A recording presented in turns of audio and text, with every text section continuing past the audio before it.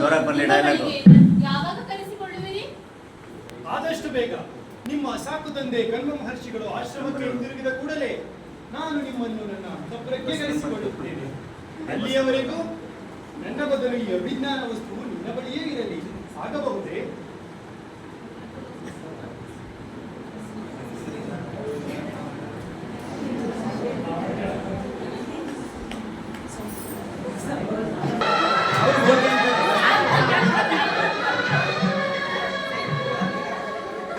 Song ಆಗ್ತಾವ್ರೆ ಹೆಂಗ್ ಹೋಯ್ತಾರೆ.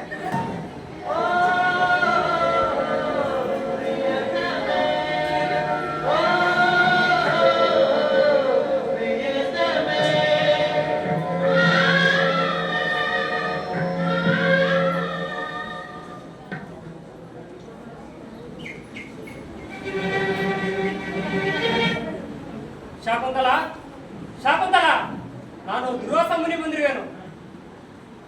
ಎಲ್ಲ ಗರ್ಭಿಷ್ಠೆ, ಆಶ್ರಮಕ್ಕೆ ಬಂದ ಅತಿಥಿಯನ್ನು ಸತ್ಕರಿಸದೆ ಯಾರ ಚಿಂತೆಯಲ್ಲಿ ಮೈ ಮರೆತು ಕುಳಿತಿರುವೆಯೋ ಆ ನಿನ್ನ ಪ್ರಿಯತನು ಮರೆತು ಹೋಗಲಿ.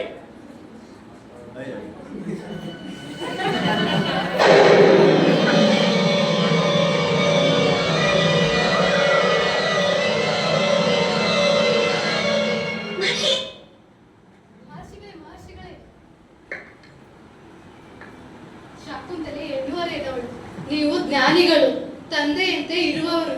ಹೀಗೆ ಮಕ್ಕಳ ಮೇಲೆ ಕೋಪಿಸಿಕೊಂಡರೆ ಹೇಗೆ? ಕೃಪೆ ಮಾಡಿ ಮಹರ್ಷಿಗಳೇ, ಕೃಪೆ ಮಾಡಿ.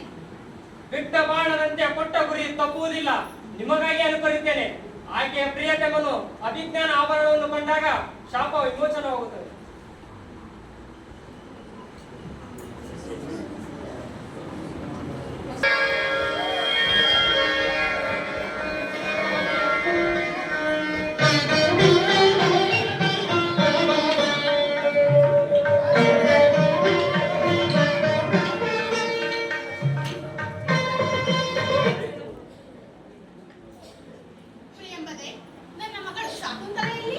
ಅವಳು ಸಂಕೋಚದಿಂದ ಆಶ್ರಮದಲ್ಲಿಯೇ ಇದ್ದಾಳೆ.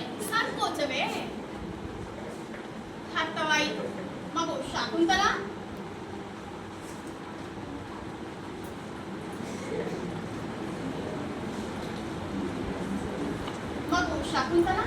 ನಾನು ಆಶ್ರಮವನ್ನು ಪ್ರವೇಶಿಸಿದ ಕೂಡಲೇ ನಡೆದ ವಿದ್ಯಮಾನಗಳನ್ನೆಲ್ಲ ಕಂಡುಕೊಂಡೆ. ಮಹಾಪುರುಷನ ಕೈ ಹಿಡಿದು ನಿನ್ನ ಜನ್ಮವನ್ನ ಸಾರ್ಥಕ ಮಾಡಿಕೊಂಡೆ. ಚಿಂತಿಸಬೇಡ, ಮುಂದೆ ಚಕ್ರವರ್ತಿಯಾಗುವ ಪುತ್ರನನ್ನೇ ಪಡೆಯುವೆ. ನಾಳೆ ಋಷಿಗಳ ಜೊತೆಯಲ್ಲಿ ನಿನ್ನನ್ನು ನಿನ್ನ ಪತಿಯ ಕಡೆಗೆ ಕಳುಹಿಸಿಕೊಡುತ್ತೇನೆ. ಪ್ರಿಯಂಬದೆ, ಶಾಕುಂತಳನ್ನು ಸಿದ್ಧಗೊಳಿಸು. ಆಗಲಿ ಮಹರ್ಷಿ.